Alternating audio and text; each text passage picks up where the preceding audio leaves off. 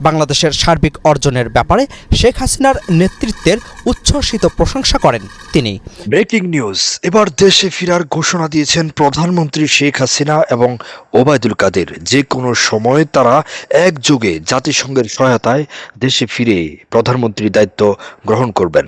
হ্যাঁ প্রিয় দর্শক, ঠিক এমনটি নিশ্চিত করেছে আন্তর্জাতিক গণমাধ্যম। কথা হলো, তারা দেশে এসে কোথায় থাকবেন এবং কার বাসায় থাকবেন সবকিছু ইতিমধ্যে নির্ধারণ করা হয়েছে।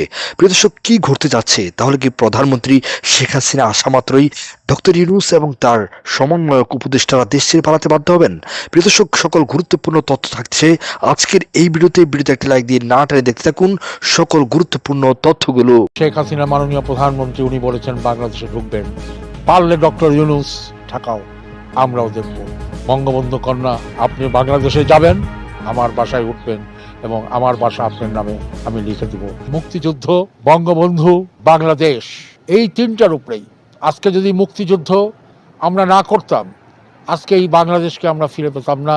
দুঃখের বিষয় বলতে গেলে কি, এই স্বাধীনতার সময়ও জাতির পিতার ৩২ নম্বরের বাসা কেউ ধরতেও সাহস পায় নাই, ৭৫-এ কেউ সাহস পায় নাই, পরে যতগুলি সংগ্রাম হয়েছে কেউ সাহস পায় নাই।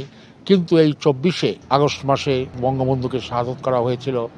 সেই মাসে বঙ্গবন্ধুর বাসাকে গুড়িয়ে দেওয়া হয়েছে, বঙ্গবন্ধুর নামকে উড়িয়ে দেওয়া হয়েছে, বঙ্গবন্ধুর যে বাংলাদেশের যে টাকা যেখানে বঙ্গবন্ধুর ছবি ছিল সেটাকে উড়িয়ে দেওয়া হয়েছে।